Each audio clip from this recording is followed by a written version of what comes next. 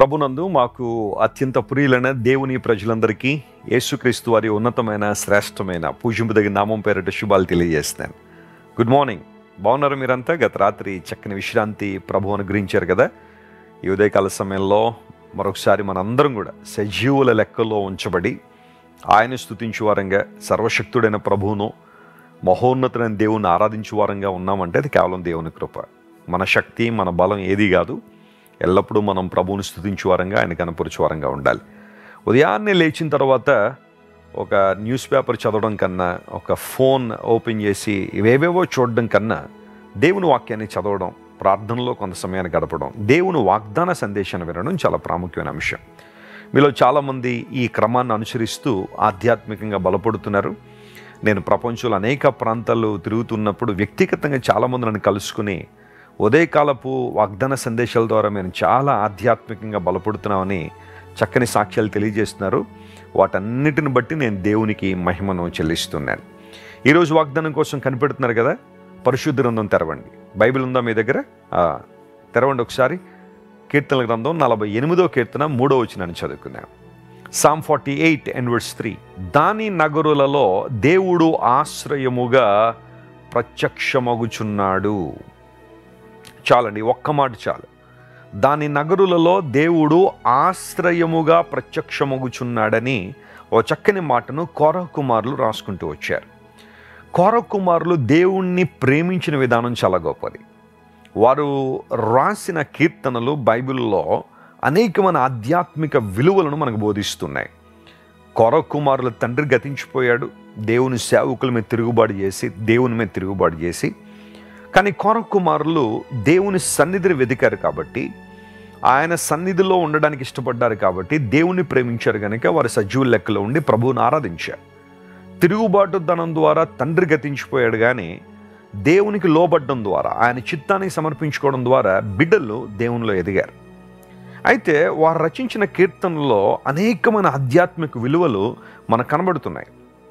ఒక పట్టణం గురించి మాట్లాడుతూ దేవుడు ఆ పట్టణములో బహు కీర్తనీయుడు లేదా గొప్పవాడునై ఉన్నాడు అనే మాట రాస్తూ, దాని నగరులలో దేవుని ప్రత్యక్షతలు వస్తున్నాయి, దేవుడు కనబడుతున్నాడు, ఆయన ప్రత్యక్షతలు ఇవ్వబడుతున్నాయి. ఎలా అనగా దేవుడు ఆశ్రయముగా ప్రత్యక్షమవుచున్నాడని. నేను కోరుకుంటున్నాను, నేను ఆశపడుతున్నాను, నేను ప్రార్థన చేస్తున్నాను, మీ జీవితాల్లో దేవుడు ఆశ్రయముగా తన ప్రత్యక్షతలు మీకు ఇవ్వాలని నేను కోరుతున్నాను. మీరు ఏ విషయాల కోసం అయితే ఈరోజు ప్రార్థన చేస్తున్నారు, బహుశా మనందరికీ ప్రార్థన అవసరాలు ఉన్నాయి. దేవుని సన్నిధిలో ప్రార్థన చేయడం తప్పు కాదు, మన అవసరాలు దేవునికి చెప్పాలి. లేఖనాలు అదే చెప్తున్నాయి కదా, ప్రతి విషయాన్ని దేవుని దగ్గర తీసుకురమ్మన్నాడు. అయితే దేవుని దగ్గరికి తీసుకొస్తున్న మనము, ఆయన యందు విశ్వాసం ఉంచిన మనము ఆయన ప్రత్యక్షతలు చూచినట్లుగా దేవుని యొక్క శక్తి, ఆయన ప్రభావము కేవలం లేఖనాల్లో చదవడం మాత్రమే కాదు, కానీ వ్యక్తిగతంగా అనుభవించు వారంగా ఉండాలని దేవుడు ఆశిస్తున్నాడు. దేవుని యొక్క ప్రేమను మనం వ్యక్తిగతంగా అనుభవించాలి, ఆయన కృపను మనం వ్యక్తిగతంగా అనుభవించాలి. అప్పుడు మన స్తుతిలో చాలా మార్పు వస్తుంది. మనం చేసే స్తుతిలో, మనం చేసే ఆరాధనలో ఒక వినూత్నమైన మార్పును మనం అనుభవించాలంటే we have to experience the love of God and the grace of God. దేవుని ప్రేమను తలపోసుకోవడం, దేవుని ప్రేమను అధ్యయనం చేయడం, నీ జీవితంలో ప్రాముఖ్యంగా దేవుడు తన ప్రేమను ఏ విధంగా కనుపరిచాడో తెలుసుకోవడం. దాని నగరులలో దేవుడు ప్రత్యక్షమవుతున్నాడు.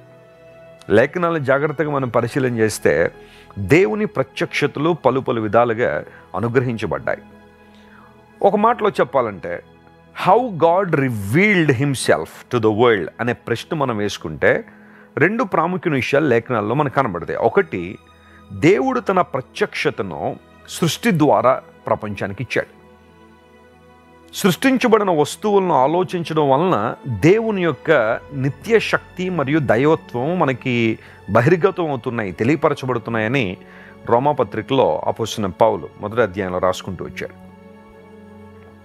సృష్టిని పూజించడం ద్వారా కాదు, సృష్టిని ఆలోచించడం వలన సూర్యచంద్రులు, నక్షత్రాదులు, ఈ భూమి మీద ప్రాకుతున్న చిన్న చిన్న పురుగుల దగ్గర నుండి సంచరించే జంతువులు, అన్నిటికన్నా ప్రాముఖ్యంగా మానవుడు ఎక్కడి నుండి వచ్చాడు, ఎవరు కలుగు చేశారు అన్న ప్రశ్న వేసుకుంటే ఆ ప్రశ్నకు సమాధానం ఖచ్చితంగా దేవుని దగ్గరికి మనల్ని తీసుకొస్తుంది.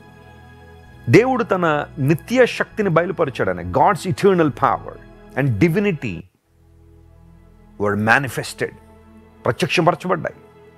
అంత మాత్రం కాకుండా దేవుడు తన యొక్క special revolution through his word, లేఖనాల ద్వారా దేవుని ప్రత్యక్షతను మనం చూస్తాం. మీరు పరిశుద్ధ గ్రంథాన్ని జాగ్రత్తగా పఠిస్తే ప్రతి గ్రంథంలో కూడా దేవుని యొక్క ప్రత్యక్షతలు మనకు అనుగ్రహించబడుతున్నాయి. దేవుని స్వభావము, ఆయన శక్తి, ఆయన బలము, ఆయన ఉద్దేశము, మానవుని పట్ల ఆయనకున్న సంకల్పము ఏవైతే ఉన్నాయో లేఖనాల ద్వారా మనం తెలుసుకుంటున్నాం. చదువుతున్నారు లేఖనాన్ని మీరు. కొంతమంది ఏదో అలవాటుగా చదివేయాలనుకుంటారు, ఎవరినో సంతోషపరచడానికి చదవాలనుకుంటారు. కానీ దేవాన్ని ప్రత్యక్షతను గమనించడానికి, నీ ప్రత్యక్షతలో నేను ఆనందించడానికి నేను లేఖనాలు చదువుతున్నానని చెప్పి ఎప్పుడైనా దేవుని గ్రంథాన్ని తెరిచావా? చదివావా దేవుని వాక్యాన్ని పట్టుదలగా, ఆసక్తిగా? నేను అలాగే చదువుతాను బైబిల్ని ఎప్పుడు కూడా. దేవా, నీ ప్రత్యక్షతలు నాకు అనుగ్రహించబడ్డాలి, నీ ఔన్నత్యం ఇంకా ఇంకా ఎక్కువగా నేను తెలుసుకోవాలి ప్రభు అని. అందును బట్టి ఎన్నిసార్లు నేను బైబిల్ చదివినా ఒక నూతనత్వాన్ని బైబిల్లో ప్రతిసారి నేను చూస్తాను. కారణం అంటే దేవునికి ప్రత్యక్షతలు చాలా గొప్పవి. ఆశ్రయముగా, నీకు నాకు ఆశ్రయ దుర్గముగా ఆయన ఉన్నాడు. ఆయన ఆశ్రయముగా ఉండి మనల్ని భద్రపరుస్తున్నాడు, కాపాడుతున్నాడు. శ్రమ లోయలో నీవు ఉన్నావా? ఒక తుఫానులో చిక్కుపోయినప్పుడు పరిస్థితులు ఎలా ఉంటాయో బహుశా నీ ఆధ్యాత్మిక జీవితంలో కూడా అలాంటి అనుభవాలు ఉన్నాయా? ఒక తీవ్రమైన రోగము నిన్ను బాధిస్తుందా? ఒక భయంకరమైన శోధన నిన్ను వెంటాడుతుందా? నీ ఆధ్యాత్మిక జీవితాన్ని క్రష్ చేసేస్తుందా? ఏ విధమైన పరిస్థితుల్లో ఈరోజు నీవు ఉన్నావు? దేవుని ప్రత్యక్షతను అపేక్షించు. ఆయన ఆశ్రయముగా నీకు ప్రత్యక్షం అవుతున్నాడు. ఆయనే నీ ఆశ్రయం, ఆయనే నీ ఆధారం. లేఖనాలు సెలవిస్తున్నాయి, దేవుడు మనకు ఆశ్రయమును దుర్గమునై ఉన్నాడు, ఆపత్కాలమున ఆయన నమ్ముకొనదగిన సహాయకుడని. నీకు ఆపద వచ్చినప్పుడు దేవుడు నీకు సహాయకర్తగా ఉన్నాడని లేఖనాలు సెలవిస్తున్నాయి. మనకన్నీ బాగున్నప్పుడు అందరూ మన చుట్టూ ఉంటారు, అది పెద్ద విశేషమేం కాదు. ఏదైనా శ్రమ వచ్చినప్పుడు, ఇబ్బంది వచ్చినప్పుడు కదా నీ చుట్టూ ఎవరు ఉంటారనేది నిజంగా తెలిసేది. నేను ప్రేమించే వాళ్ళు ఎవరో అప్పుడే బయటపడుతుంది. దేవుడు నిన్ను ప్రేమించు దేవుడు నీ శ్రమలో, నీ కష్టంలో. యేసు ప్రభువు వారి లోకంలో ఉన్నప్పుడు ఆయన జీవితాన్ని మనం పరిశీలన చేస్తే ఎక్కడ శ్రమ ఉందో, ఎక్కడ రోగం ఉందో, ఎక్కడ ఇబ్బందులు ఉన్నాయో, మనుషులు ఎక్కడ నలిగిపోతున్నారో, కాపరు లేని గొర్రెల వలె ఎలా చెదిరిపోతున్నారో ప్రభువు చూసి వారి మీద కనికరపడి ఆయన చేయాల్సిన పనులన్నీ ఆయన చేశారని లేఖనాలు ధృవీకరించాయి. విందులు వినోదాల్లో యేసు ప్రభు సమయాన్ని గడపలేదు.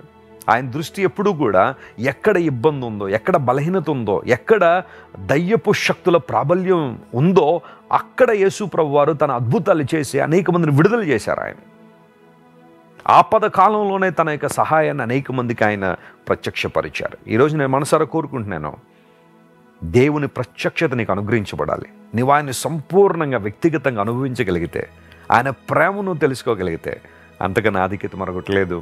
దేవుడు ఆశ్రయముగా మీ జీవితాల్లో ప్రత్యక్షపరచబడును గాక. ఆమేన్. కళ్ళు మూసుకొని ప్రార్థన చేసుకుందాం.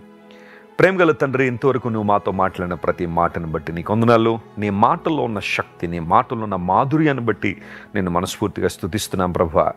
నీవు మాకు ఆశ్రయముగా ప్రత్యక్షమవుతున్నావు, అందును బట్టి నీకు వందనాలు.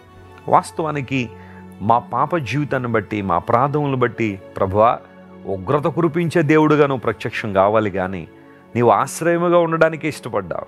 నీ ప్రేమను మా పట్ల వ్యక్తీకరించి అందును బట్టి నీకు లెక్కలేనన్ని కృతజ్ఞతలు తెలియజేస్తున్నాను.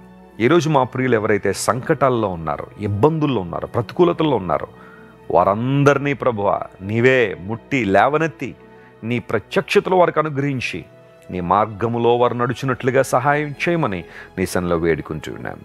అనారోగ్యంతో ఉన్న వారికి స్వస్థతనివ్వండి, విడుదల లేని వారికి విడుదలివ్వండి, ఆర్థికంగా చితికిపోయిన వారిని లేవనెత్తండి. యేసుక్రీస్తు వారి శ్రేష్టమైన నామం పేరిట అడిగి వేడుకొంచున్నాం తండ్రి. ఆమేన్. God bless you dear friends. Have a wonderful day. Christ worship centre ఓ బలమైన సంఘ ఉజ్జీవం.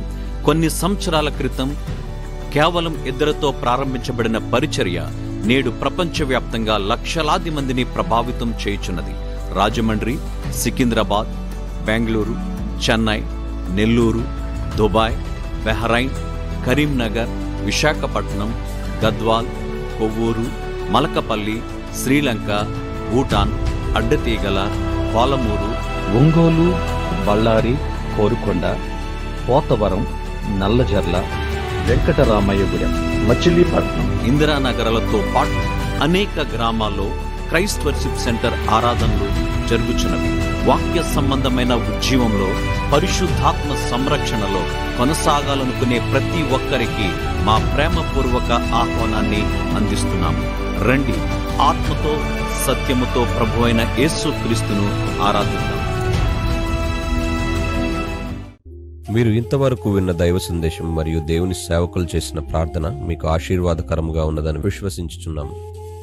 ఈ సందేశాన్ని మీ స్నేహితులకు, బంధువులకు షేర్ చేయండి. మీకు ఏదైనా ప్రార్థన అవసరత ఉన్నచో మా ఫోన్ నంబర్లకు కాల్ చేయండి. దేవుడు మిమ్మల్ని ప్రేరేపిస్తే విశ్వాసంతో సాగుచున్న ఈ పరిచర్యను ప్రోత్సహించండి. మరిన్ని వర్తమానాలు, పాటలు వినుటకు జాన్ వెస్లీ మినిస్ట్రీస్ అను మా యూట్యూబ్ ఛానల్ను సబ్స్క్రైబ్ చేసుకోనండి. ప్రభువైన యేసుక్రీస్తు కృప మీకు తోడైండును గాక.